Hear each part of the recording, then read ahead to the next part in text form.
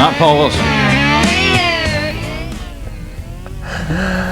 Good morning, Austin, and welcome to the Atheist Experience there. That was a parody. That was done on purpose there. We're not having technical difficulties with our sound equipment there. I want to welcome you to our show. Today is September 26th. We are coming to you live.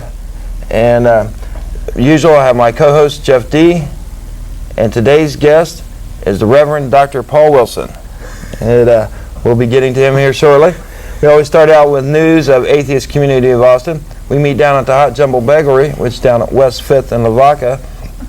Every Sunday, as soon as we're done here, we head right down that way. And then the first Sunday of every month, we have our guest speaker series. And next month will be John Coons, and he'll be on the show next Sunday. And at Furs at North Cross Mall is where we do our guest speaker series. He's a local science teacher and does real well on explaining science, some of the current events that are going on in the scientific world. The other thing going on with Atheist Community of Austin, next month is going to be our blood drive. We're trying to get back into doing our quarterly blood drive, and we've got it coinciding with Halloween this year. And we thought that was come out and get some blood there on Halloween. That's October 30th, and we're going to try to get as many atheists as we can down there giving blood. I think that's it for Atheist Community of Austin, but I do have a little note here that made the best of Austin, the Chronicle, the best reuse of a building. American Atheist becomes AIDS Services of Austin. Well, wouldn't you know it, Madeline's old office is now an intake room for the clients of AIDS Services of Austin. Couldn't think of a better use of the place than as a branch of Austin's nonprofit dedicated to providing important services. But the point that they're leading up to, from a building with no faith to one dedicated to hope. We find it insulting that they feel that they can insult atheists in general just by throwing it out there and not think anything about it. We have plenty of atheists out there that were helping with AIDS services. I'm sure there's atheists probably working in that office today. Absolutely.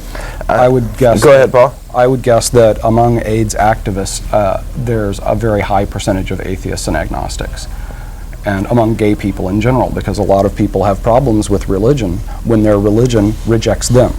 Yeah, and we're not the people who said that our religion indicated that AIDS was like a divine plague from God. So the very idea that somehow if you're an atheist you don't care about like the health of your fellow man or do anything to try to contribute is just deeply insulting. I personally find it fairly offensive because I've known people who died of AIDS, and atheists are not cold-hearted people who don't care. And in fact, it was largely Christians on the right who blocked doing anything about the AIDS crisis while it was a gay plague before we really knew much about it, partly because they didn't want to be seen as being friendly to gays. And I think this just goes to show the AIDS crisis is a great example of where religious people can do bad things, religious people can do good things, atheists can do bad things, and atheists can do good things. But by and large, atheists are good people. And it's kind of astonishing that the people in the Chronicle feel free to insult several percent of the population of Austin, who are probably overrepresented among their readers, by basically saying, oh, they're a bunch of cold, heartless people who don't give a damn. And if it had been, say, a Jewish bookstore, and those people had left and AIDS services had moved in, would they have said good riddance to the Jews? That's rather offensive. So we'll keep an eye out there and see if any letters from other atheists show up there in the Chronicle next week to answer back on that. I also noticed we did not win Best Public Access Show, which is sad, but some friends of mine did win it, so that's okay. Oh, really? All right. Yeah, I know some of the guys that do the, I forget what the name of the show is, but they review films. Oh, I know some of those guys. Oh, okay. I've seen it, and I can't think of the name either. But I don't get cable anymore, so it's been It's years unanimous. since I've I've seen it and can't think of the name. I recognized it when they listened to it in the Chronicle. Oh, really? That's great that you know. And then one more lighter thing here. The Door, it's the world's pretty much only religious satire magazine, has named Xena Warrior Theologian of the Year. And we just close up on Xena. Yes, we just a great honor for Xena. Yes, there's you. That's her angelic presence there, glowing out there behind her there, and so. And I'm very disappointed that I didn't win. Although, actually, I want to be Theologian of the Year, and I'll make a stab at that later in the show here. Okay. But I'm not really a fighter. I'm more of a lover. So I want to be Lover Theologian of the Year. So cast your vote. Okay. All right. At this point, we usually go to the news of the week there with Jeff. Okay. And so you got a couple things here. Yeah, let's start with one of the guys brought this in. In today's issue of The Statesman, there's a story, Statistics Scholars Debunk the Bible Code. Wow, what a surprise. An international team of statisticians is debunking the controversial Bible Code theory, which claims the Old Testament has hidden references to 20th century events that can be revealed by a computer. Proponents of the code theory claim that names and events were hidden in the Bible as written thousands of years ago and can be found through computer searches of the Hebrew text. Television documentaries, fast-selling books, and numerous articles have popularized the theory, first published in the academic journal Statistical Science. Now the same journal, published by the Institute of Mathematical Statistics, based in Hayward, California, is offering an article challenging the technique it reported in 1994. The article was published in the Quarterly last week. Using the same technique, others have claimed that the Bible, some have claimed that the Bible contains secret predictions, including everything from the assassination of Yitzhak Rabin in 1995 to a Los Angeles earthquake in 2010. Major Bible scholars ignore the code theory because they note no one has a letter-by-letter version of the Bible as originally written. The oldest surviving manuscripts include slight variations, any of which would throw off computer test results. In the upcoming edition of Statistical Science, the new study's authors, Dror Bar Natan, Maya Bar Hillel, and Gil Kalai, professors at Jerusalem's Hebrew University, and Brendan McKay of the Australian National University, combine expertise in mathematics and computer science to debunk the theory. Their results were no more successful when they applied this procedure, no more successful with the Hebrew translation of Tolstoy's War and Peace. Letter configurations can be found in any long text, they say. The trick is to find letters in close proximity that form significant words more often than by chance. Robert Cass, head of the statistics department at Carnegie Mellon University in Pittsburgh, edited the journal when it published the first article, and said it was reviewed by other experts. He is disturbed that people perceived publication as a stamp of scientific approval. That first article, he said, merely presented a puzzle, one that has now been explained.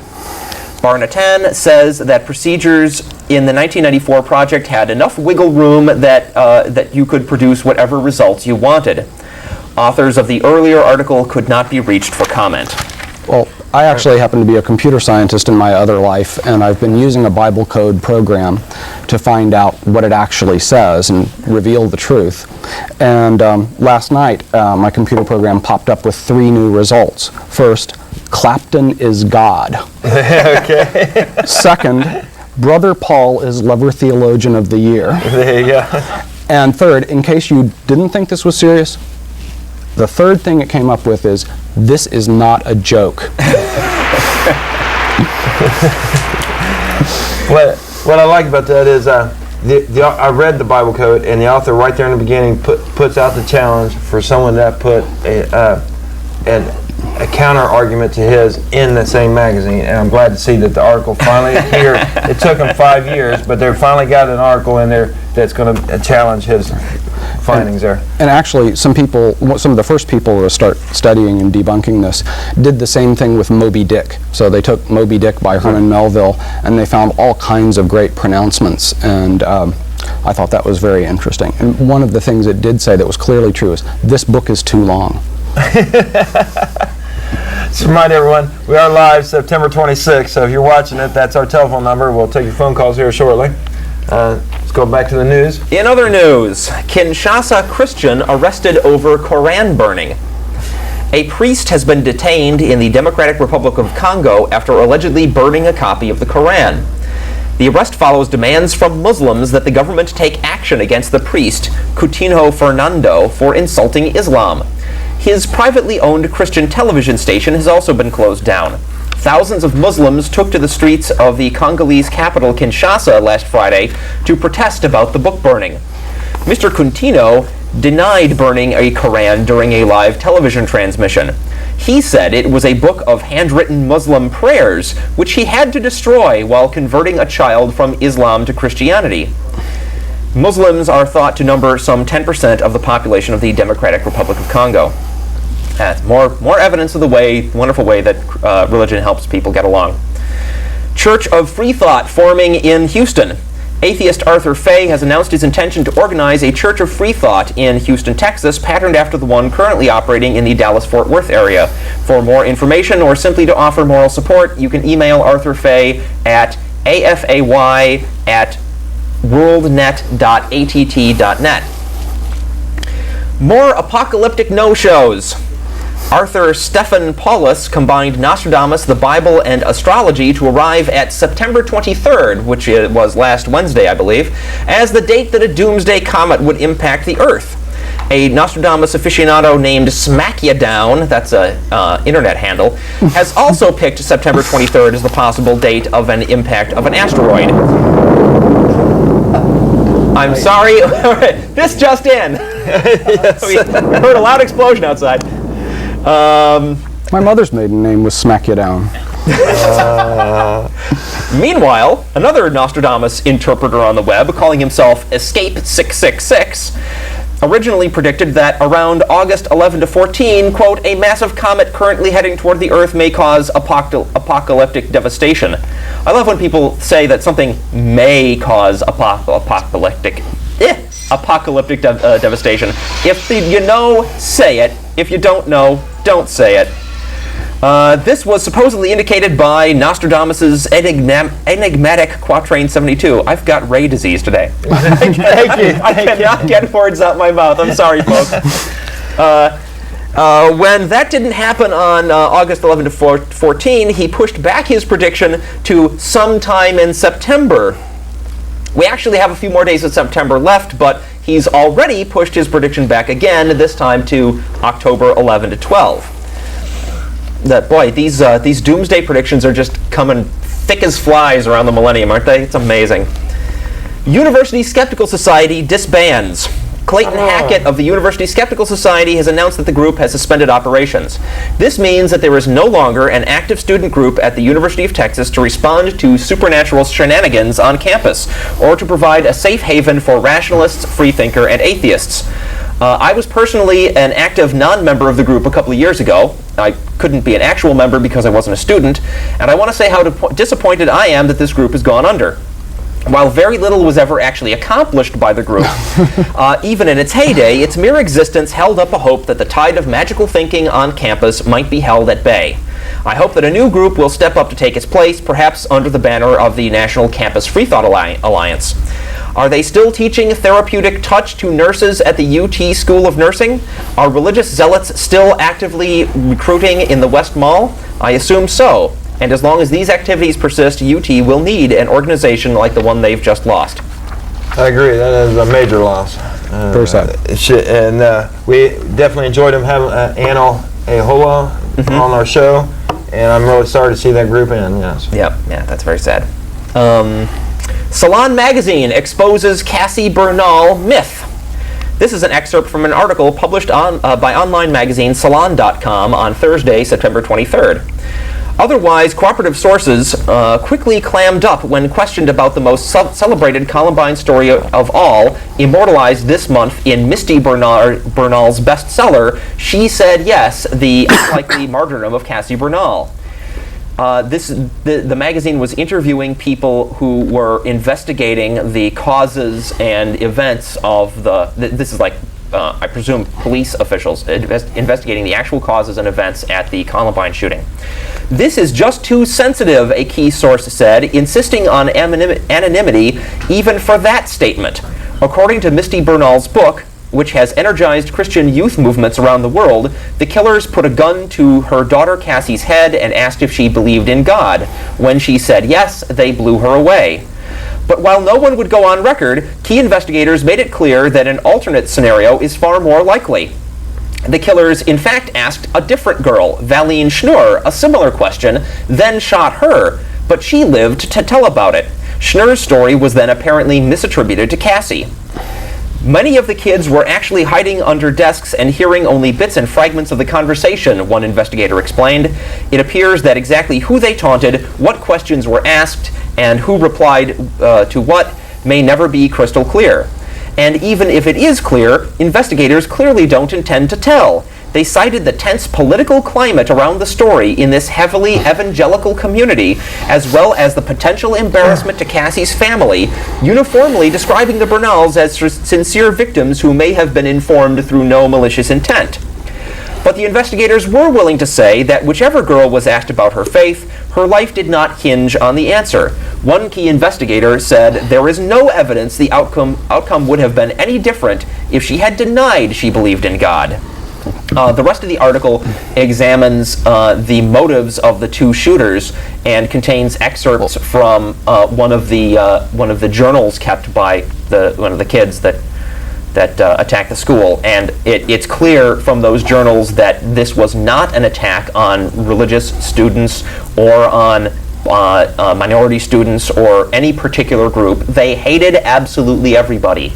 They quote passages where in one place the kid says good things about Adolf Hitler, and then in another passage he attacks people who are racists. So there was no sense to it. They were just crazy people who hated everything in sight. Do you have a comment? No, go on. Okay. And lest you think that Salon Magazine is making this up, this from the Denver paper, Denver Rocky Mountain News. Cassie Bernal, the teenager hailed as a martyr in the Columbine High School massacre for professing her belief in God before she was shot, may never have had such an exchange with her killer, officials said on Friday. The story of the 17-year-old, one of 13 people shot to death when two teenage gunmen stormed Columbine High School last April 20, has inspired religious fervor among Christian teenagers across the United States and spawned websites for her bravery and faith while staring down the barrel of a gun. Her parents last week published a book about her life called She Said Yes, blah, blah, blah.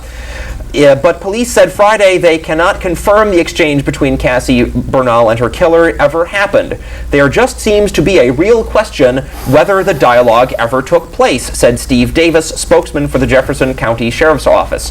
Note that this story is from Friday, 2 days later than the Salon article, so apparently within 2 days the investigators that were unquoted anonymously were willing to actually fess up. The Bernals were made aware there seemed to be some doubt, Davis added. The parents were not available for comment, but the publisher of the book stood by the account that Cassie Bernal died for answering yes when gunman Dylan Klebold, 17, asked her if she believed in God. We were aware of variations of the account, and we interviewed 3 students who gave corroborating stories, and they stick to it, said Chris Zimmerman, editor of the Plow Publishing House book. Davis said some of the students do maintain that the exchange took place, but said doubts arose after investigators put the stories together with the timeline and where witnesses were when they said they heard the exchange. The Denver Rocky Mountain News reported that Joshua Lapp, one of the witnesses to the account, said he had not changed his mind, but another student, Emily Wyant, 16, who was crouched under a table less than 2 feet from Bernal, said she never heard Klebold ask Bernal if she believed in God, the paper said. I understand that the Dallas paper recently ran a story making equally groundless claims of an act of martyrdom at the recent church shooting in Fort Worth. Another common strategy of Christian propagandists is to exaggerate the world's problems and then turn around and claim that if more people signed up with their religion, the problems would go away. It was interesting then to see an article on the CNN website last night quoting Justice Department statistics which show that the homicide rate in the U.S. has fallen to levels not seen since 1969. The story talked about how some police departments are finding themselves with free time and are going back to reopen some of their older investigations. So, when there is a story that arouses public indignation, the Christians latch onto it and fabricate martyrs to make it look like people ought to join their church. And then when in fact there is not an increase in the crime rate, when these are only isolated incidences that in fact have nothing to do with attacks on religious people per se, they blow that way out of proportion and claim that we're having some kind of backlash of Satanism or something, and we all need to come to God. I'm curious about the sales of the book. How much? It said bestseller, so I assume it's on somebody's bestseller list somewhere. So her parents are making money. Of course they are. Yes. And it's like last week. When I read quotes from people from the Fort Worth church shooting, and the mother of one of the victims is saying how her daughter's death is a wonderful opportunity to tell the world about her daughter's love for God. Well, no, ma'am, I'm sorry. Your daughter's death is not a great chance for you to get to be on TV and hype your religion. It's a tragedy. I find it continually astonishing how much people find tragedies like this to reaffirm their faith. That, you have a tornado hit and all the neighbors are dead, but your house was spared and your kids are alive, and you thank God. Right. And this is just very odd how people manage to interpret what is clearly evidence that there is not a God in heaven looking out for them as evidence that there is. An airplane crashes and 99 people die, one person lives, and they call it a miracle. No, I'm sorry. What would be a miracle is if a plane crashed into the side of a mountain and only one person died. That would be a miracle. Or if it just, stopped about 10 feet from the mountain and gently settled down, or flew backwards and landed. Yeah, just remind everyone, we are live September 26th. That is our telephone number. We will be taking your phone calls here. But at this time, I'd like to introduce our viewing audience to the Reverend Dr. Paul Wilson. Hi, I'm a minister in a new church that we're developing. This is sort of an early test marketing. Okay. We're prototyping a new religion. We'd be interested in your responses to it.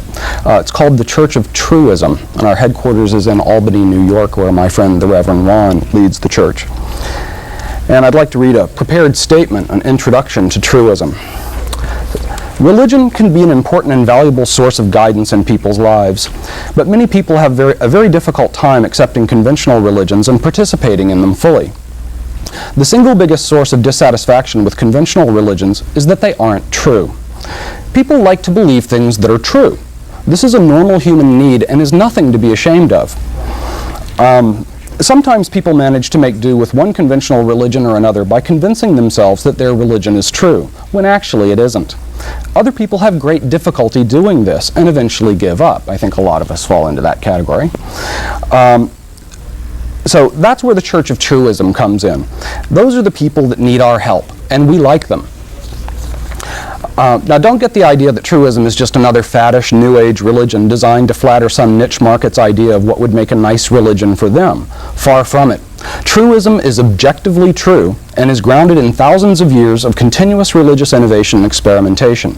We've learned a lot from several millennia of religious history. What not to do, and what to do, and especially what not to do. Historically speaking, religions haven't fulfilled their potential because they aren't clear, concise, and adaptable to changing circumstances. That's intimately intertwined with their being untrue. If you claim something as a timeless, universally applicable truth, you'd better be right, or in many situations things will go very wrong.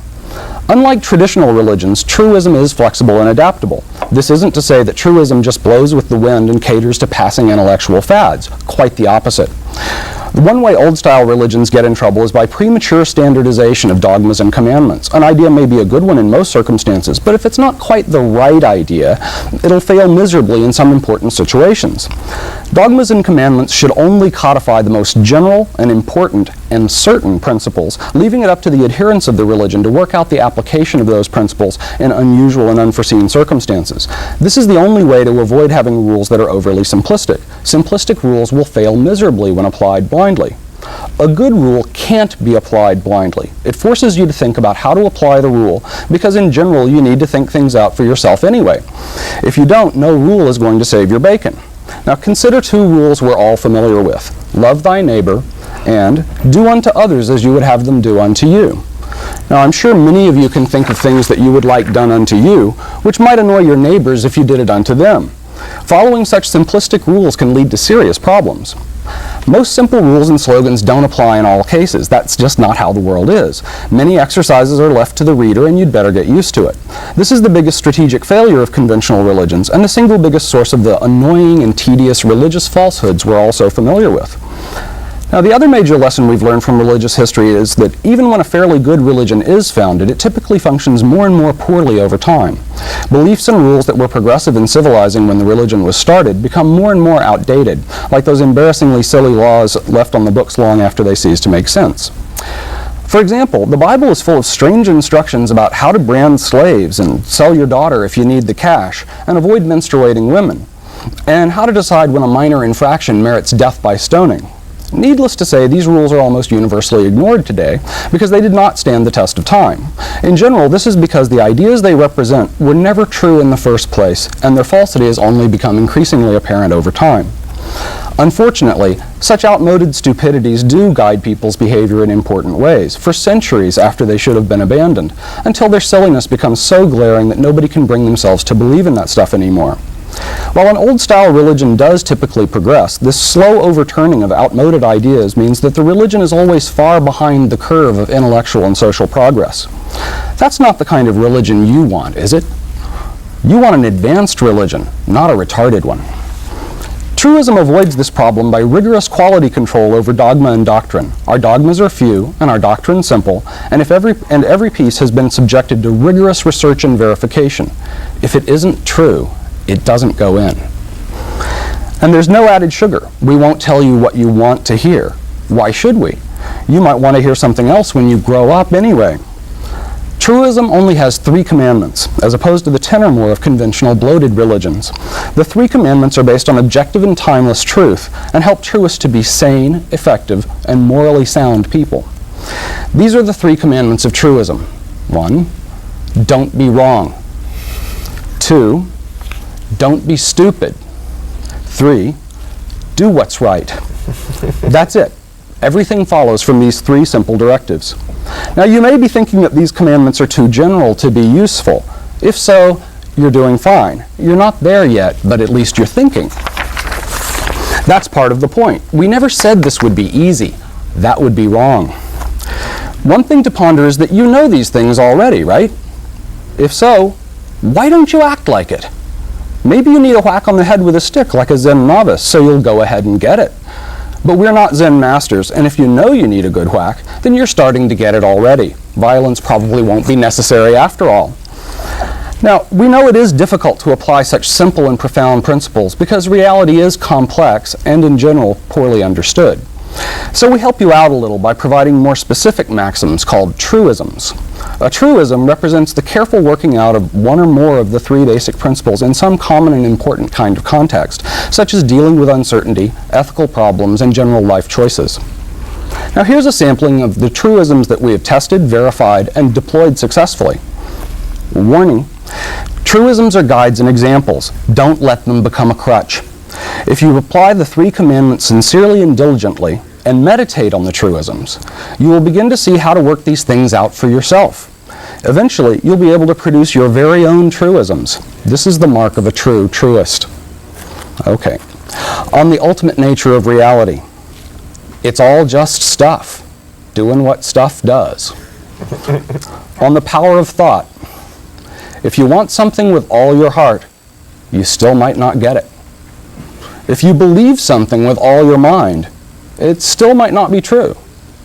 On existentialism, there's a lot of stuff you just can't do. Existence precedes non-existence, and vice versa.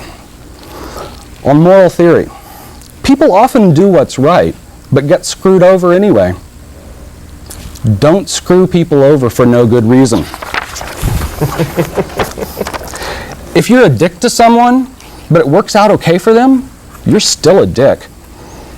On practical action, don't waste time and effort on things that don't matter. Don't screw up. On aesthetics, more is more. And it's all just stuff, but some stuff is a lot better than other stuff. And on truism itself, this is not just a story my people tell. This is something I know myself. Now, are you in a bad way? Are you considering one of those 12-step programs loaded down with dubious religious concepts? Our streamlined recovery program gives you just 4 steps that fit on one line. 1, get real. 2, get over it. 3, get with it. And 4, get a life. Great. I like that, yes. That was great. And I see we got some callers on the line. Just remind everyone this is September 26th, and we're getting ready to try the phones here and see if they work. All right, let's go to Mary. Good morning. Good morning, Mary. This is great. I've been thinking about this commandment thing for a long, long time. Oh, yes? Where's that feedback coming from? Sorry about that. We're getting, you being the first caller, we're still fine-tuning the sound there. I understand. Bear with us. Now I don't hear her, Arlo. I've been thinking about commandments. You still there, Mary? Can't hear her. There. Hello? Hello, now I Have hear you got your TV turned down? No, but I will. Please, yeah, I think that might be the problem. Okay? Is that better? Much better. I got it turned down to where I almost can't hear you. But that's okay. You should be able to hear us through the phone. Yeah. Yeah, that's right. Here. There you are. Okay, so we're still fine-tuning it. Sorry about that. Okay, so turn your TV way down, all the way. I've been thinking about this commandment thing for a long, long time, okay? And Okay. I came up, it's amazing. He came up with Paul Wilson, right? Right. He came You can up call with me 3. Brother Paul. I came up with 3 too, exactly 3. But Okay. my 3 are just as simple, and it's help each other, enjoy each other, and do no harm. And do no harm. That's it. Those You are know, good. I think if you work with those 3, Well, you won't have very As a theologian, my judgment is, those don't suck. Hey, thanks. But that's all. Thanks a lot for your commandments. I'll give them consideration. We're actively looking for more truth to add. But, we have to do it in a controlled way. We're studying lots of things. Right. But we'll definitely take those under advisement. Thank you very much. Truth is the one thing that it should be based on, because if it can be said that I worship anything at all in this cosmos, it's truth. Truth is the key to the whole thing. Get rid of the bullshit and you're left with what's real, right? There you go. Thank you. I'm going to go now. All right. Bye. You have a great week, Mary. We have a budding truist. A budding truist, yes. Where is that quote from? This is not a story my people tell. It is something I know myself. I know it I from a mangled song it by from Lori, Laurie Anderson, right? but I think she got it from somewhere. I don't know. It sounded like she was quoting something. Laurie Anderson, musician. Oh, okay, because I wait. didn't recognize the name, yes. So, I got some more stuff. yes, we got a few more things. I would like Because, to it all is just stuff. But some And stuff's this is better some than good other stuff. I hope The that. latest issue of Free Inquiry, which is a publication of the Council for Secular Humanism. Can we get a close-up on that? We're working on it. Latest issue. It's beautiful. It's black. I don't know if you can tell, but that's gold. Ooh. Gold printing on there. It's Humanist Manifesto 2000, and a new, updated declaration of humanism to take into account the issues of the day. And it's interesting because the first thing in their preamble, they talk about what the previous incarnations of the Declaration of Humanism, the Humanist Manifesto, said, and why they said those things at those times, and why they say more things or slightly different things now. Because, like Paul was saying, if you get bogged down in dogma, you might have something that's pretty workable at the time you come up with it, but eventually it will get less and less useful. So anyway, I'm not going to go into this. It's quite long. But if you're interested in what humanism is all about and what humanists have to say, why this is it. And there's a bunch of signatures here by people around the planet. Richard Dawkins, Oxford College, Arthur C. Clarke, Alan Cranston, former U.S. Senator, all kinds of things. Steve Allen, former host of The Tonight Show. Steve Allen signed it. It's cool. And there's a bunch of articles in here. Protecting your children from the Ten Commandments. There's AIDS in the developing world. Where is your anger? For those people at the Chronicle who think that atheists First, don't most care people about didn't care because it AIDS. was about gays. Now they don't care because it's about black people. Yeah. Preventing school violence, is religion the answer? But what I really wanted to talk about is because there were some cool quotes. There's a review and interview with the author of a book called Sleeping with Extraterrestrials, The Rise of Irrationalism and Perils of Piety. Oh, they're not going to get a good picture off that. Anyway, the author is Wendy Kaminer, attorney, social critic, and public policy fellow at Radcliffe College. In her book, she continues her systematic attack on the current trends toward unreason and religious pretensions. They interview her and talk about her book, but there are some quotes here that I wanted to read from her book. The contrary willingness to accept untested personal testimony as public truth is at the heart of irrationalism as it confronts us today. Skepticism is attitude, not dogma. The deference paid to mainstream religion, compared to the derision with which we're encouraged to regard New Age and pop spirituality, is intellectually indefensible. Why should it be socially acceptable to make fun of psychics and not priests? What's the difference between crossing yourself or hanging a mezuzah outside your door and avoiding black cats? Believing that you've been abducted by aliens or that Elvis is alive is, on its face, no sillier than believing that Christ rose from the dead or that God parted the Red Sea so that Moses and his followers might traverse it. Sometimes religion makes hatred seem holy. Teaching creationism in the public schools is wrong, not only because it is like describing the moon as a wheel of green cheese, but because it is like declaring that Christ was the Son of God. The combination of respect for scientific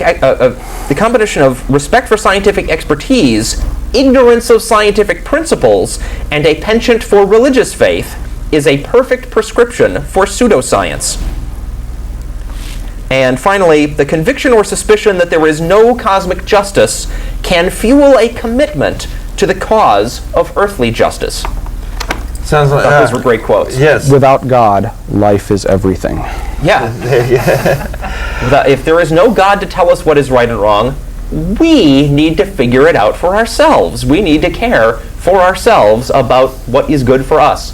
Okay. We got a call. Yeah, we have a call with a question here, and I think it might be Carlos. Yes, how y'all doing? Okay, you got a question for Paul Wilson? No, Reverend Paul Wilson? No, I don't have a question for Paul. Okay, well, any of us will take it. What do you got? It's really not a question. It's more of a comment. Okay. And I was listening to you guys, and I was listening to your show, and I just tuned in. And I'm not an atheist, and I'm not going to knock you guys for what you guys believe in or whatever like that. I just wanted to make a comment. Sure. And this is my religion. This is my belief.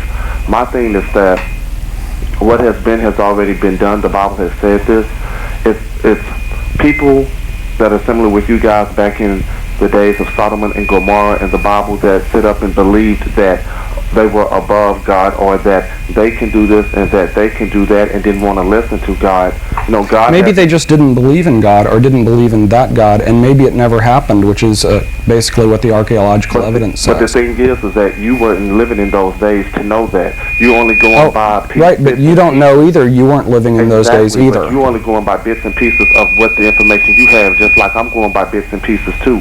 Right, so we should. You know what I'm saying? So you can't sit up and say that this never happened. You can't sit up and say that. Sure we can. You can't sit up and say there's Sure not we a God can. because of the fact that you. We can say the moon was never made out of green cheese, But and the Sodom and Gomorrah thing never happened. As much as you have opened up your mind to believe that there is not a God, then maybe you might see different. I've opened my mind up about as much as anybody should, and I've never been able to believe that stuff. And if you read the Sodom and Gomorrah story, the God in that story is a bad guy. God It's like Lot's wife was turned to a pillar of salt because she couldn't resist the urge to look back and see her hometown destroyed. But do you get upset?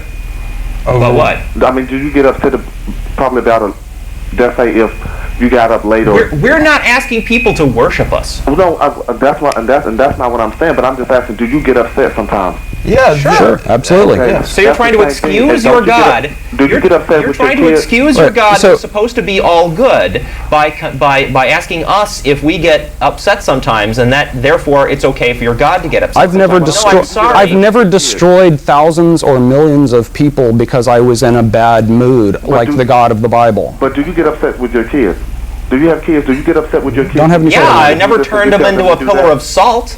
But yes, but do you get upset with your kids when you tell them to do this and to do that, right? Yeah, So wait a minute. so that Fine. justifies killing So them? fine. If God is as weak as we are emotionally, that he gets so upset and can't control his behavior, does that make it okay? But no, once he tells us over and over again, please listen to my word. This Do word you will guide abuse you. your Once children? you keep ignoring Do that you word, once abuse you your want to limit children? his word, then Excuse God has me. said right. Excuse me. Do you abuse your children? I don't think you do, but the God of the Bible abuses his children on a regular basis. But do you think that you abuses his word on a regular basis? What? You abuse his word on a regular No, I don't basis. think so. I think I've read the Bible with an open mind. I've read the whole thing. I've read books about it by scholars, and I think it's basically hogwash. It's a very interesting document, but it's not true.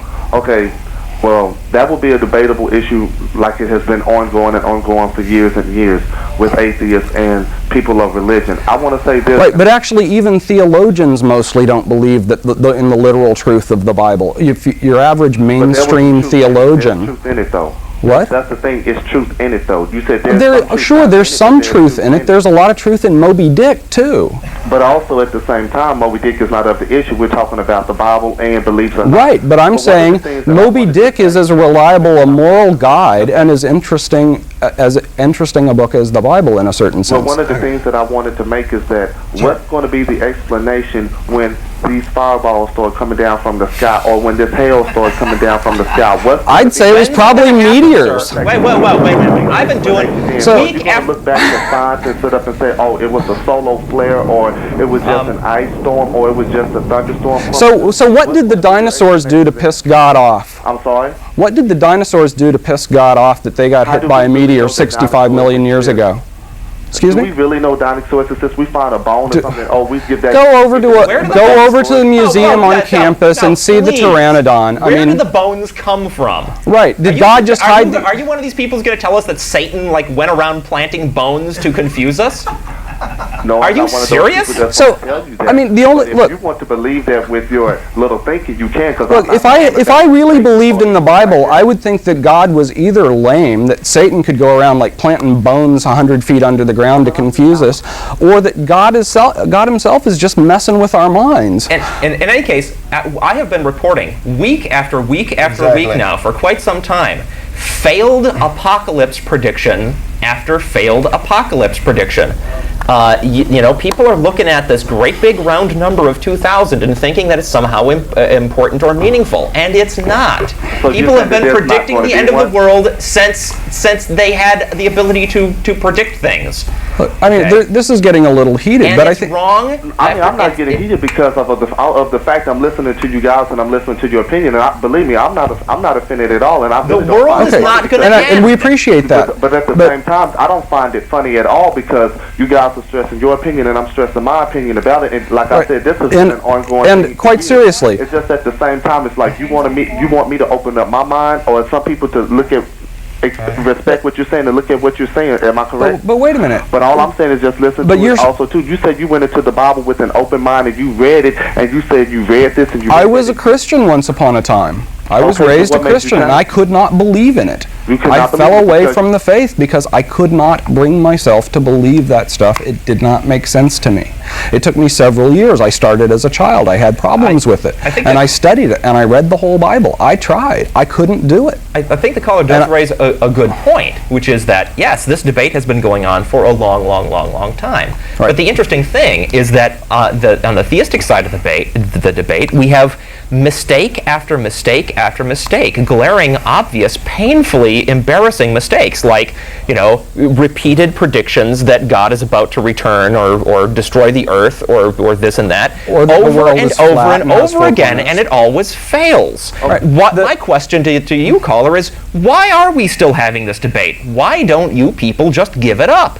Well, that's the same question we can ask you. No, the No, thing it's is, not. we have not been wrong I'll over bet and you- over and over again in glaring, obviously painfully The embarrassing only thing ways. that you have not been wrong about, and this is just human life as it is, do right, don't hurt one another. The Bible even says that. What, are we Of hurting course each it other? does. Okay, Are we but doing you wrong? take or hurting Every each other? religion Bible and basically use that says for those yourself. things. I Every mean, that's just religion. what it seems Okay. like to me. All right. I don't think this is Carl- going anywhere. Hey, Okay. Carlos, we do appreciate for your your call. opinion. We're Thanks gonna for have your- a thanks bunch for your of call. callers. Okay, excuse me. You have a great week. Oh, you too. All right, let's go on down to, I think Robert was next. Yes, Robert? I was thinking, just in case, you are wrong. Right. Yeah. I mean, why wouldn't you want to cover your bases? I mean, Be- you have nothing really to lose. Because the odds are worse than astronomical. Because when I read the Bible, And then I have an answer, too. if I believe the part that says that God is a good guy, then I think he's probably going to be nice to me because I don't think I'm a bad As person. opposed to Satan, who would probably... Well, and then what's to stop you from saying, all right, I'm going to believe in Santa Claus, I'm going to believe in the Tooth Fairy, the Right. Easter Bunny, because I It's want like- my Easter eggs, I Maybe- want so- my Christmas present, so, and everything you else. I know- don't fear the Easter Bunny like I would fear Satan. I mean, Why are you But fearing then Satan? what- How do you what even about- know there is a Satan? I mean, But Yeah, why what not about the Jehovah? Roman gods? All the, What about the Greek and Roman gods? They're Yes. very much more plausible than the God of the Bible. They make sense. The Greek and Roman religion made sense in terms of explaining things in the world. The Christian religion, which most people think is progress, and monotheism in general, which most people seem to think is somehow intellectual progress, it's not. It's regressive because a monotheistic religion doesn't have the explanatory force that a polytheistic religion does. The world is complicated. People get hurt. People get, benefits for no good reason. Lots of things happen. It's a very complicated world, and a very simplistic idea that there's one all-powerful, all-loving God does not explain anything. It can't be right. and if you pick one religion, there's going to be another religion out there that's going to tell you wrong, because if you pick the Jewish religion, there's a bunch of Christians out there that say you'll never go to heaven because they don't believe Jesus. Right. Yeah. Okay, And what- basically, not the to God, mention- the God of the Bible is a ruthless, genocidal Sorry, maniac. Jeff wants in too. I'm sorry. Yeah, that's all right. Go Go ahead, And, Paul. and if he's there, we're screwed anyway, right? Because you look at the Bible, and it's basically, if you're not some of the people he arbitrarily picks, you're in deep trouble. And if Jesus is a real nice guy, and I actually think that Jesus probably existed, there's not a lot of firm evidence for that. like you're an authority on that, but anyway. More than most Okay, people, so he didn't yes. exist. More than most people, yes. I am an authority on that, in that I've read several books by serious scholars on the subject. Have you? When you pass away, I mean, when I die. exist on this earth, Uh-huh. what do you think happens to your spirit or whatever? What spirit? I don't- What is the evidence that there is such a Okay. thing Depends as on a what- spirit depends on that is what- a thing that exists independently of a physical Right. body? It depends on what you mean by spirit. It's kind of like, if I melt down my truck, what happens to its truckness? Hey, And I think to be a human being is to be a certain kind of organism. There's a very cool kind of organism. I really like human beings, and I enjoy being one, and I think you should too. But I don't think there's, some strange metaphysical essence that we're imbued with. I think it's the kind of thing we are, it's the way we are built that makes us what we are. so you guys think we just were evolved from some amoeba or what? I mean, Something sort of like that, and the evidence is overwhelmingly in favor of I that. agree. I've read National Geographic, and I'm strongly convinced that we were evolved or created from a different source than what the Bible actually says. But I still believe that there is a creator of all things that exist now. And I find that implausible because it doesn't really explain anything in that. But that goes back to my point, just in case. I mean, Right, but, Okay, but now- just in and now case. I- now I Back to wanna Jeff. respond. Yeah, Jeff had a response. You said just in case, and what does it cost us, right? Well, first of all, there's the severe intellectual tire damage that your brain suffers when you decide to start going ahead and believing things just because somebody threatens you that if you don't believe it, something bad might happen. That's not the way to go around deciding what's true and what's not true, okay? The way to decide what's true and what's not true is look at the evidence. That form of mental argument is a form of mental abuse. that basically if God wanted us to believe in him, he wouldn't want people to be making that argument unless he's a sick guy. Because the idea that you're the one wanting me to make that argument, not God. I mean, I just... You called and made the argument. You called us and asked why don't are we you do making this? the argument? Why would God want people to believe such an argument? My take on it is, if there's a God, which I don't think there is, and if he's a nice guy, he'll recognize most of us atheists are nice guys and he won't whoop up on us. And if there's a God and he's not a nice guy, well, all bets are off. We're all kind of in deep trouble. Okay, I appreciate your call. I have a bunch of other callers. That's known as Pascal's Wager, and we get that on a regular basis. So let's go on. Hopefully we'll hear something new here. James. Yes, I am going to say today that I think God is very true. Yeah, he's very true. We've got about, I think it's 97 days to the year 2000. And what's going to happen? I tell you, this is what's going to happen. I'm going to shut down my computer. Because we're recording this for you. So we'll have this recorded down here on September 26th. Back. You made this prediction. Okay. Okay.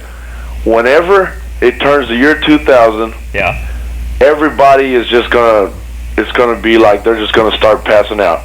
I mean, everybody's going to start passing out.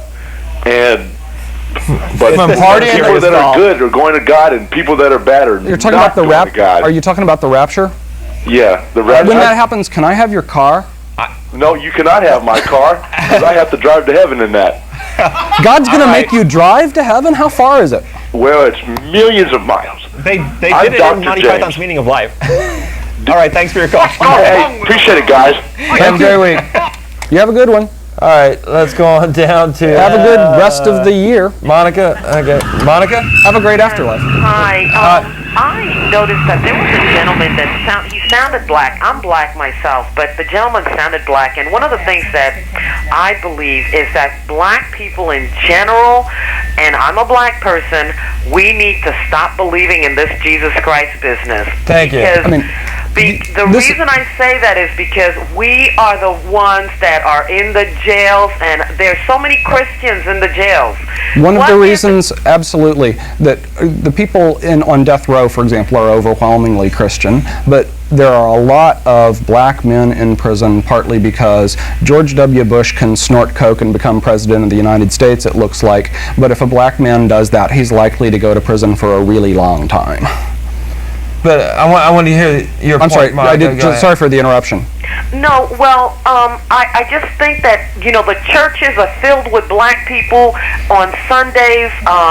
You're spending 5-6 hours on Sunday in church instead of having parenting classes, because I also work as a substitute teacher, and I used to work in the black neighborhoods. Right now I'm no longer in the black neighborhoods. But let me tell you, I don't know what they're teaching these kids in school, because it's not transferring itself to real life. I don't know what's going on in the black community that, Jesus Christ is everything. As a matter of fact, I went to a school and the children kept asking me, well, do you believe in Jesus Christ? I mean, the children were very,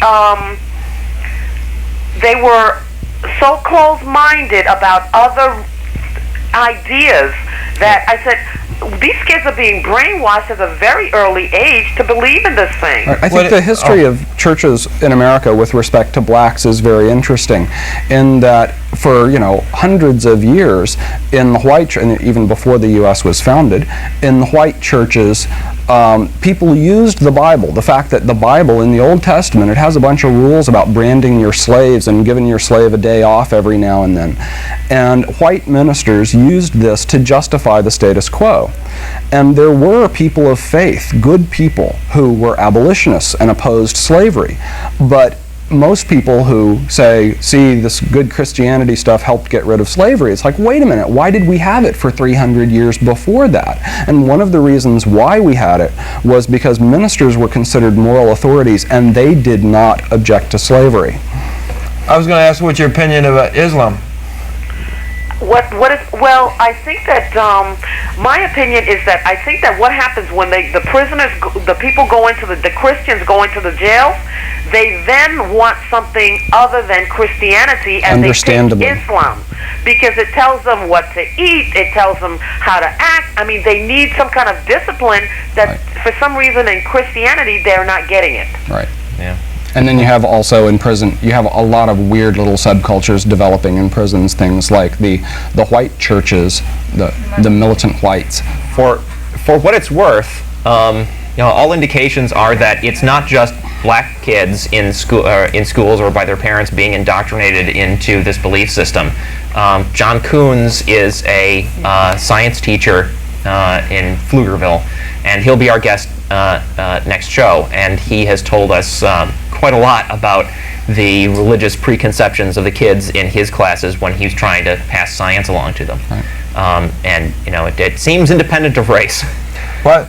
I want to invite you to come on down to the Hot Jumbo Bakery once we're down here. Yes, please. Where? The Hot Jumbo Bakery down West 5th and Lavaca. Oh, okay. We'd love to meet you in person.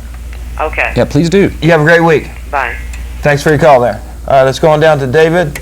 David?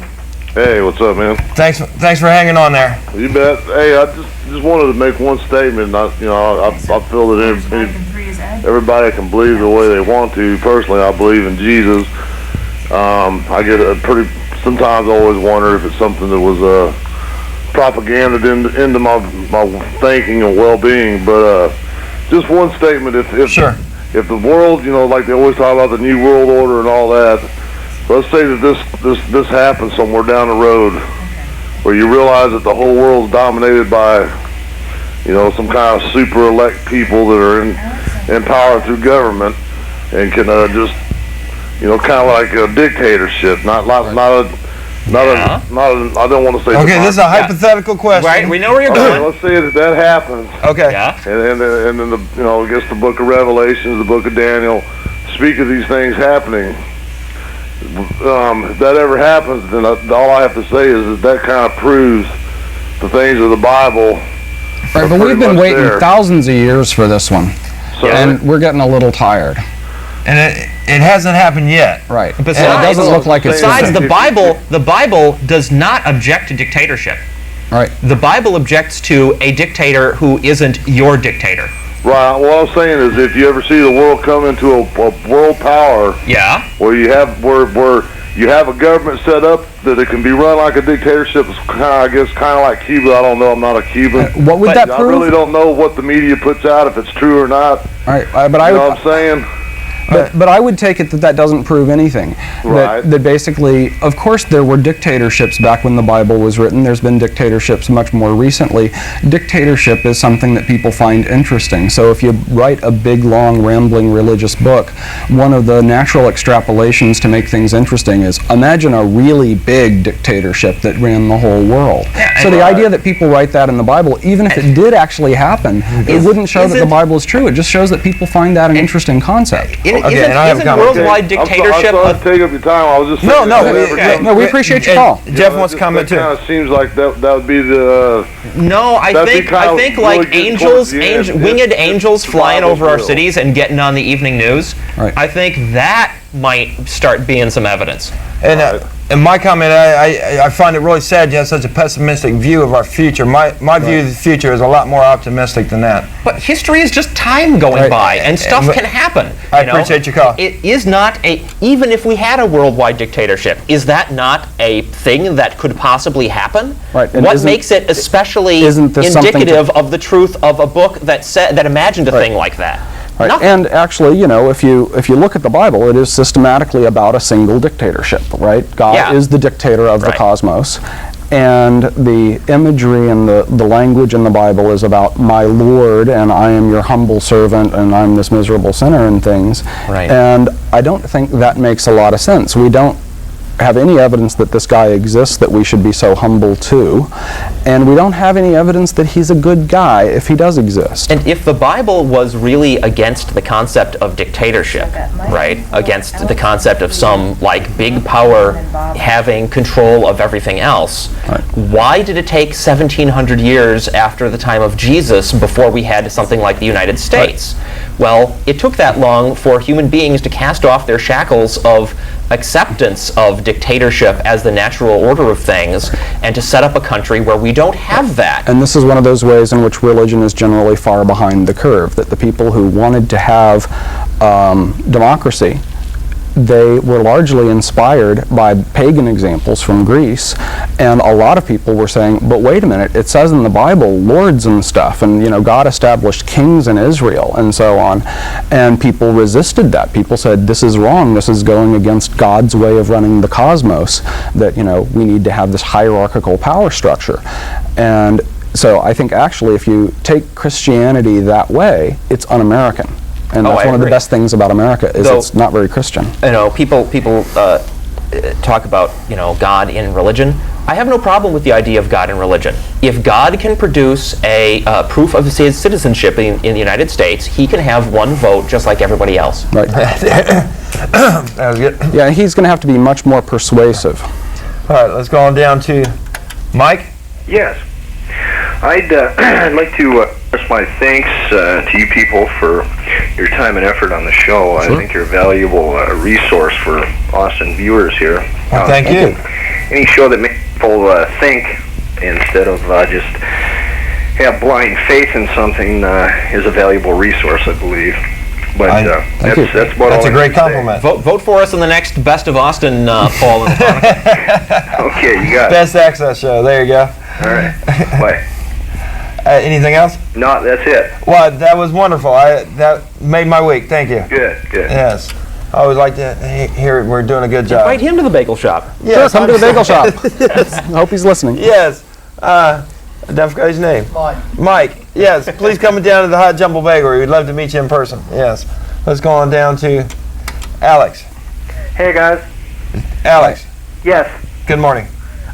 Basically, I just wanted, like the guy that just called, I just wanted to let you guys know I think it's good to have a show on that with a little bit of intelligence to it. So much of all this other stuff that's on is kind of ridiculous, and it's just nice to hear people out there with a different opinion, not afraid to express it. And that's it. Well, thank you. It's turned into a little love fest. These people aren't telling us if they're atheists, though. That's what I really want to know. Let's go on down to Mark. Hey guys, I'm not a person of faith, but I just wanted to know what your thoughts were on the existence of the Shroud of Turin. But it definitely exists. Right.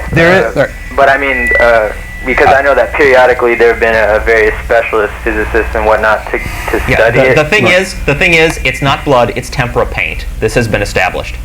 So all this arguing, I mean, there was a recent study that said, it's older than they thought. It might really date to somewhere near biblical times. Well, that's irrelevant. It's not blood; it's tempera paint. And to be wasting any more time worrying about the origins of this artifact, and then having that make big headlines is just ridiculous. And the most interesting. What about the superimposed image of supposedly the face of a man who is supposed to be Christ or Jesus? The thing on the tortilla? No, he's still talking about the Shroud. You're still talking about the Shroud. I thought it was Willie Nelson myself. You ever notice the way that image is on there? It's sort of like, bits highlighted and then bits not highlighted. It's not the way. It's not the way a sheet would hang on someone. Paint it, right? If you just sat down to paint a man, you wouldn't paint him like that. But you know what you can do? This was in the Skeptical Inquirer recently. I don't know if there is evidence that this is what actually happened, but very similar results can be achieved by draping a cloth over a statue and going like this with what they call a dry brush technique, so that you get your tempera paint on the raised up bumpy parts and not on the sunken in parts. And I've read several books on it, and the most interesting theory I read on that was that the Vatican is in control of it right now, and they faked the test because it was the real thing, and Jesus was still alive because he's still bleeding. Supposedly, this is all theory. I'm not saying any of this is true. Well, he's bleeding tempera paint then. That the body in that shroud was still alive when they buried it. So the Vatican did not want you guys to believe that was the real shroud, because supposedly Jesus did not actually die, and they faked the whole test and everything else. It's quite an interesting book. I forget what the name of it is. Amazing. But so there's more fun theories. A lot of theories out there. Anything else? I thought we lost him. You still on? I didn't do that. No, he's gone. You still there? Hello? I'm sorry about that. Somebody else hit the button there. Must have been in the control room. Did you have anything else you want to say? Oh, yeah. Well, I mean, I had also heard a theory about the superimposed image and that it was some sort of radiation was the best plausible case. Yeah, no. Apparently not. Apparently it's nothing that interesting. And this is really rather disappointing because it would be kind of cool if they discovered that people back in those days could do something really spiff. There's something that's actually more interesting technologically that I found out about recently, which is that some Indians, I think in Bolivia, have these photosensitive dyes, and that photography was invented in Bolivia before it was invented in France. And it would have been very nice if the Shroud of Turin had turned out to be that interesting, but it didn't. All right. All right. You have a great week. All right.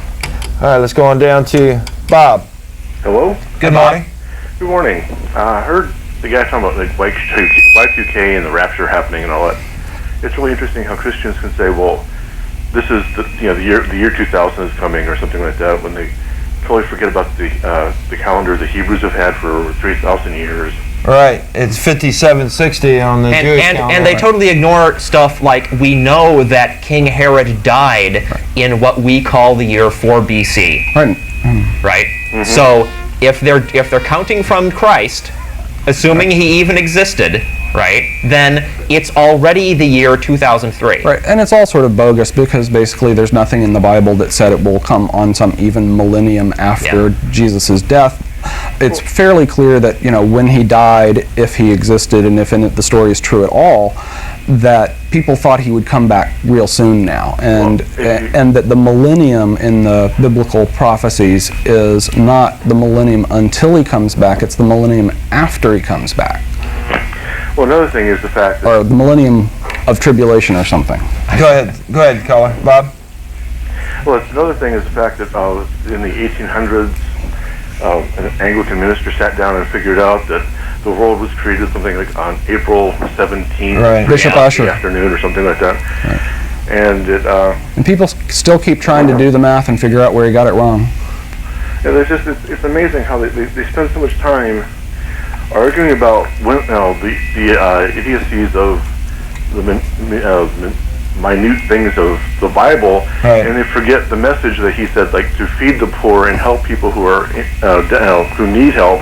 They're right. All too busy going, look at me, look at my stuff. Right. And there's some evidence that Jesus may have actually existed and said some pretty neat things, but unfortunately the Gospels appear to be mostly manufactured biographical stuff that was made up stories. Well, and it's really unfortunate because, the whole hell thing, if Jesus existed at all, what he may have actually said probably didn't include anything about eternal damnation and, this vengeful kind of stuff. Well, 2 points. The Gospels weren't written until close to 100 years after the crucifixion. Actually, I think the first one was written 40 years after. Okay. And another thing is the fact that the Christians used to teach in reincarnation, and then they decided, people kept saying, well, I'll be good in my next life, I'm going to do what I want to do this life, and all of a sudden they go, oh, well, reincarnation is out, you got to be good now, because they weren't getting the income they wanted. I'm not familiar with that ever being a majority Christian teaching. After Jesus, there was actually several different Christ cults and Jesus movements, and basically one of them ended up winning and becoming what became the Catholic Church. So it seems entirely plausible that some of them were teaching reincarnation, but I don't think it was ever a majority view that anybody but him got to. Well, okay. I have a bunch of other callers. Okay. And I do appreciate it, Bob. Thanks for your call, Bob. You have a great week. It's going down to West. Hello. Good morning. Yeah, I noticed a lot of the callers are Christians. They call in, they try to convince y'all that they're right and you're wrong. Right. I personally would like to hear more discussion about the damage that Christianity has caused and continues to cause. For instance, we're supposed to suffer in this existence because we'll be rewarded afterwards, so we're supposed to accept our suffering. We're all we're all born sinners, and yeah, I think there's two basic kinds of damage, both of which are fairly huge and horrible, and most people aren't really quite aware of them. One of them is the historical damage that religious intolerance has caused, like the Crusades. I mean, people still use crusade as though it was a nice word, a Billy Graham crusade or whatever. And the Crusades was basically, the Pope gave people an excuse to go rape, loot, pillage, and burn in Muslim countries. And, you know, in Muslim countries, the idea of a crusade, they don't like that word. If you use that word and they hear you use it and they think you think it's a good thing, they will quite rightly think you're a real jerk. But that all through history, even up to the present, like with the AIDS crisis, religion has often been used as a way to cloud people's minds and keep them from talking about real moral issues. And I think that's one of that's the deepest and most pervasively damaging thing about religion. Well, you say moral issues. How about the damage they've caused to us sexually? Oh, sure, absolutely. And but I think actually religion is often used as a way to confuse people about morality. That morality is something that people should be able to talk about. They should, by and large, be able to agree on a whole lot of things. But what happens when people are raised to be religious is they get this bizarre idea that you can get morality from somebody else, namely God. And it's very common for Christians and religious people. I didn't cut you off, sir. We keep losing people. I did say my hands are right here. So go ahead, Paul. Finish your comment there. I apologize to you, Wes. Should he try to call back? He likes. All the lights are on. None of them are flashing. I think. Something happened to the phone there. They should be flashing.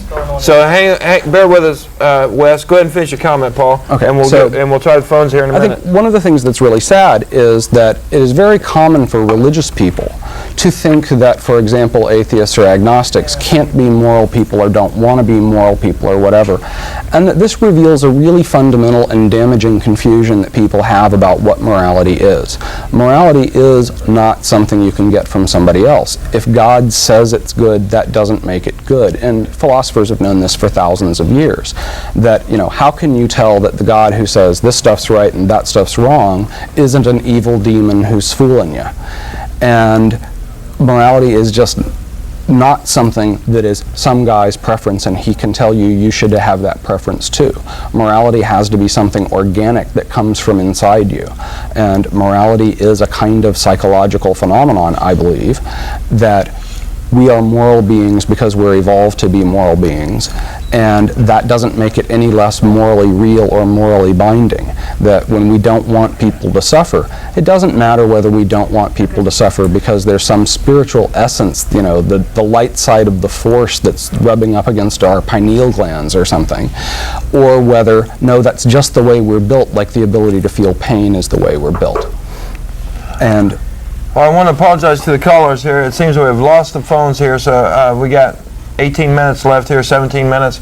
So if we get them back, we'll let you know. We'll let you know. While we're on the subject of damage caused by religion, I've got the latest issue of Skeptic here. This is not an atheist publication or a humanist publication. This is scientists looking at claims of the supernatural and examining them scientifically. And there's a cartoon. Can we get in closer so we can actually see what's going on in this cartoon? That's right. There we go. We got God's creation room, no scientists, stay out, go away, and a bunch of scientists standing outside with their scientific discoveries. I think we got Dolly the sheep here. And what this is making fun of is the idea that religious dogma has anything to do with what scientists ought to study and what they ought not to study. I think there are important moral questions. There are important moral questions, but they're not resolved by saying, well, the old catchphrase, you're playing God. Right. Well, what is playing God? Well, supposedly God makes stuff that he wants, and we're not supposed to do that. And that just holds back scientific progress.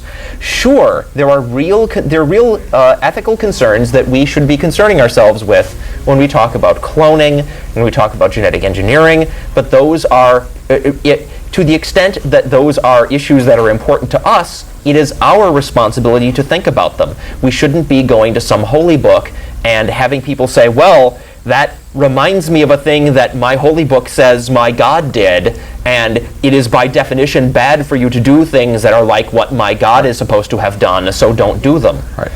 Okay. I think anybody who says it's right because God says it's right has a very fundamental misunderstanding of what it means for something to be right. And what I like the subtitle there. It's the skeptic, extraordinary claims, revolutionary ideas, and the promotion of science. So it has nothing to do with atheists or anything else. No. It just we like science. So we got the word here that the phones had to be rebooted or something to that effect, and they're hopefully working. So we're going to try. Let's see what happens. Mike? Yes. Hi, Mike. We got your phones back. Good morning. Good morning. Do I need to turn my TV off or anything? Please, not off, but down. Turn the sound down. Please. All right, thank you. you. Yeah, good morning. I just wanted to let you know how happy it is as a man who's recovering from a very traumatic Catholic upbringing to surf through the channels on Sunday morning and go through all the other Christian worship channels and find you guys. Thank you. Happy to have you. It's a breath of fresh air, and I appreciate you being there. Apply the 4 steps if you're still in recovery. the 4 steps? Right. Yeah. The 4 steps to recovery are, whoops, wait a minute. Right here. Oh, right here. Get real, get over it, get with it, and get a life. Sounds good to me. I'm working on that. Toward that end, you were talking, one of the callers and the gentleman in the glasses, I didn't catch your name, I'm sorry. Paul Wilson. Paul, hi. Brother Paul. Brother Paul calling him today. Oh, very good. You're not the myth maker, though. The which? The Myth Maker. There's a book called The Myth Maker by Paul, about how Paul, after the fact, invented Jesus. Oh, right. St. Paul. I was named after him, actually. Yeah, right. Which is, to my eternal embarrassment. Yeah. Anyway. I mean, he was a sick puppy. Apparently so. But I was interested in the comments about the damage that religion has done, and we were talking on a sort of an external level in terms of the war and the Inquisition, and so on, the Crusades. And you brought up, Paul, I believe, the more internal damage of the psychological damage. I think it's a very common view that a lot of people who aren't actually religious, they might be agnostic or something, they don't want to speak out against religion because they think religion makes people better people. And in fact, there's no empirical evidence that's true, and there's a fair amount of empirical evidence that it's false. And this is what psychologists call an attribution error, that people often don't really understand how their own psychology works and why they actually do what they do. And often you can do experiments that reveal that it's not for the reasons they think it is. And I think one of the things that's sad is that most people don't understand one of the main tenets of humanism, and that's basically, on average, humans don't suck. And people, on average, in all cultures, are by and large pretty nice as long as they're not believing something stupid or you're not between them and the food. Right. Yeah. That's it. I agree. Do you want to tell us anything about your painful deconversion from Catholicism? Well, sure. I'd love to. I suppose one of the ironies, one of the painful things for me is that I had, being a Catholic family, we had 6 boys and 1 girl. And all of us, most of us went through substance abuse as an interim, and then many of them converted to an even much more fundamental level of Christianity. And I'm happy or proud to say did not, go that route.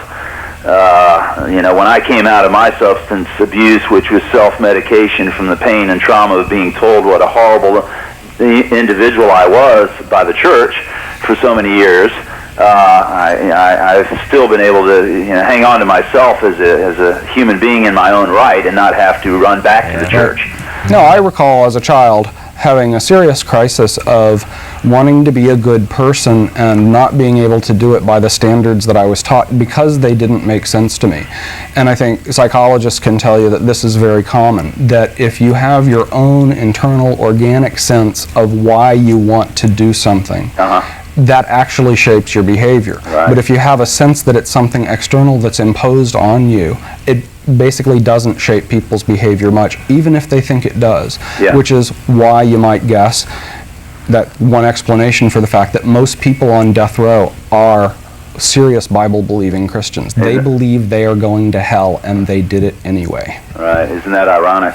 I don't want to monopolize. Could I just say one more thing? That sure. One of the best, I feel like believe it or not, I've been going to a Bible study group at a church that my wife goes to, because I found that the best tool to counter-attack, so to speak, the Christian message is their own work. Absolutely. The Bible is just really loaded with goodies. You probably won't find yourself welcome there for long, though, if you ask questions there. If you ask any pointed questions, yes. They're a pretty open-minded group, but and they see it mostly as mythology.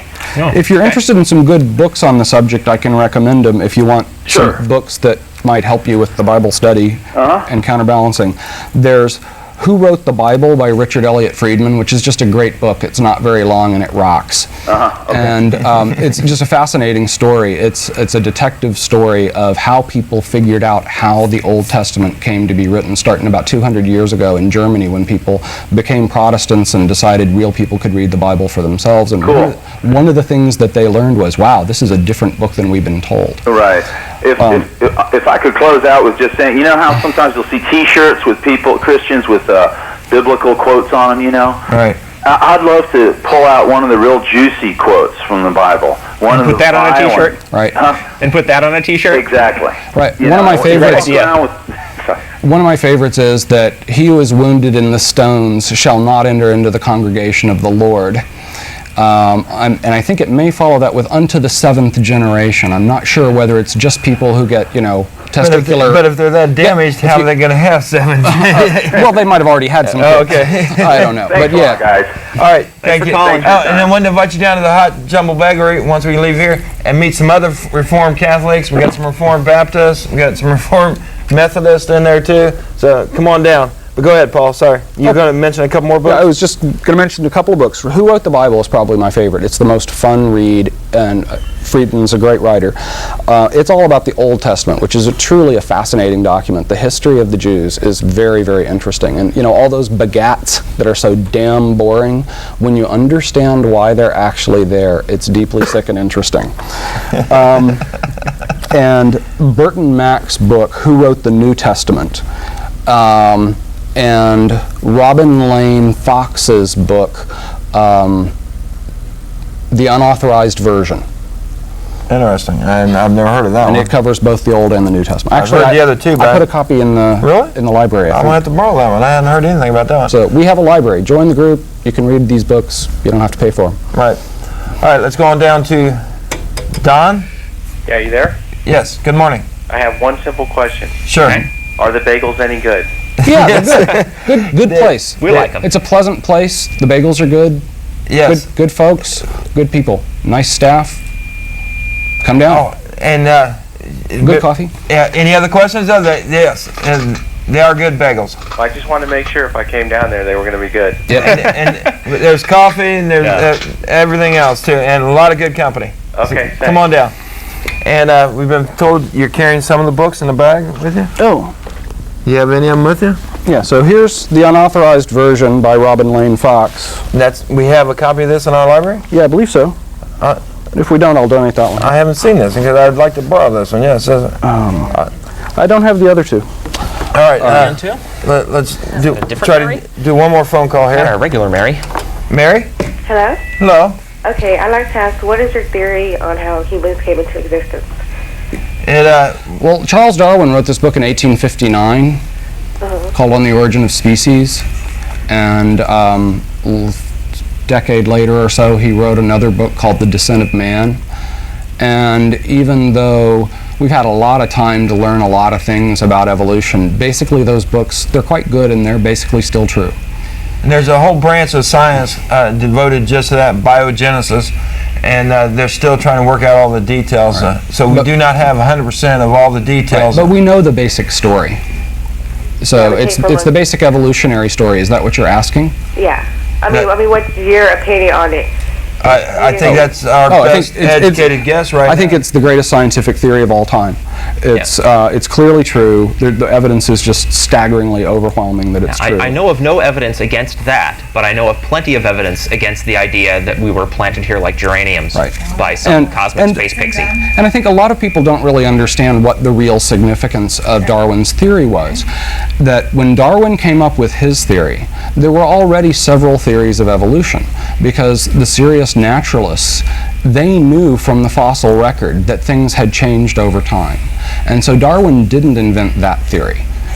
Basically, that was just a known fact, even in those days when most people were mostly Christian. They said, this stuff in the Bible can't quite be true the way it says in the Bible.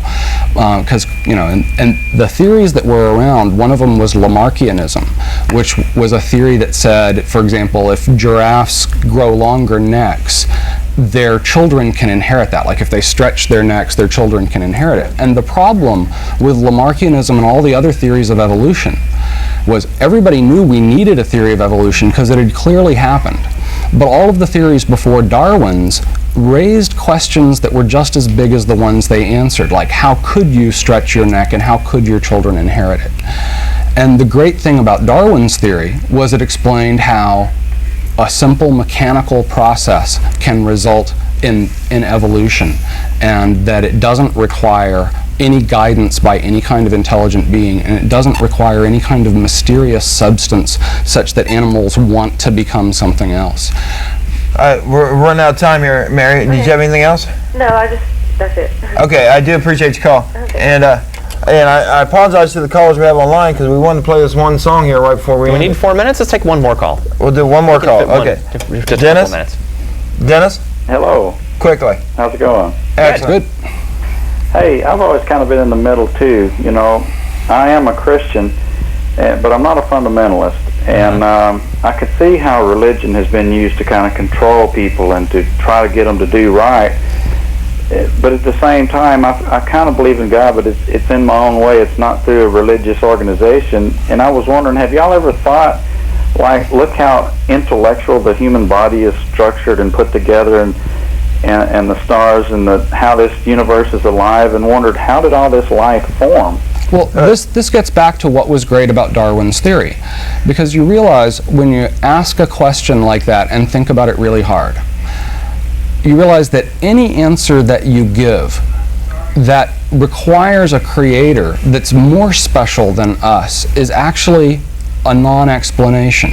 It's like, how do you explain all this special stuff? Well, there's something even more special. And that makes the problem harder, not easier, because then you have something that's even harder to explain. How could there have been a God that could have done all this stuff? How could such a wondrous thing just be, or start existing, or whatever it did? And this is why it's almost unanimous among professional philosophers that that kind of argument doesn't work to argue for God. If anything, it argues against it. All right, Dennis, I'm sorry, we got to go. Please call next week. I'll let you introduce this, Jeff. These are your roommates. Former roommates. This, boy, 10 years ago or so, I had some friends who suffered through Catholic school for 4 years and then went off to college and had a band and recorded a tape of songs in their dorm room. And last week, I brought in the tape to our sound guy, Arlo, who's put it on a CD for me, and suddenly everybody in the studio heard it, and now it's popular. So here is one song from the band King Tammy. A story of this long-haired cat. His name was Jesus, that's where it's at. The Son of God. We love you, Austin. But the Jews, they called him by his other name, and that's Jesus. Jesus. Well, he hung with all the bums and the lepers and the whores, and he made friends with the fishermen on Galilee's shores. He drank a lot of wine and he busted a lot of bread. Skis and Mary Magdalene in his father shed. Oh, Jesus. You sly cat Jesus. A homeboy Lazarus was a Jesus good friend, and he died. Jesus brought him back again. 12 home pieces he called the apostles. Matthew, Mark, and Luke wrote on the Gospels of Jesus. Big bad Jesus. A flyboy Judas did not want to hang, so he said, Jesus gonna quit this gang. Some friends of mine gave me 30 coins. Gonna strip your ass down to its lowest. Poor Jesus. Oh, sweet Jesus. So they got him in the garden and they took him away. But not before Peter had got his say. He was drawn on a sword and a cutting off an ear. And Jesus said, "Chill, no fighting here." Oh Jesus, pass up this Jesus. Oh, Jesus couldn't rap his way out of this one, so they tied him up and they had their fun. They tied him to a pillar, gave him 39 whips, a crown of thorn upon his head and wine upon his lips. Oh, Jesus. A rough and tumble Jesus. They made him carry his cross through the whole damn town. On the way up the hill, his ass fell down. The boys made Simon carry Jesus' cross. Said, "You're working for Pilate, cause he's the boss of Jesus."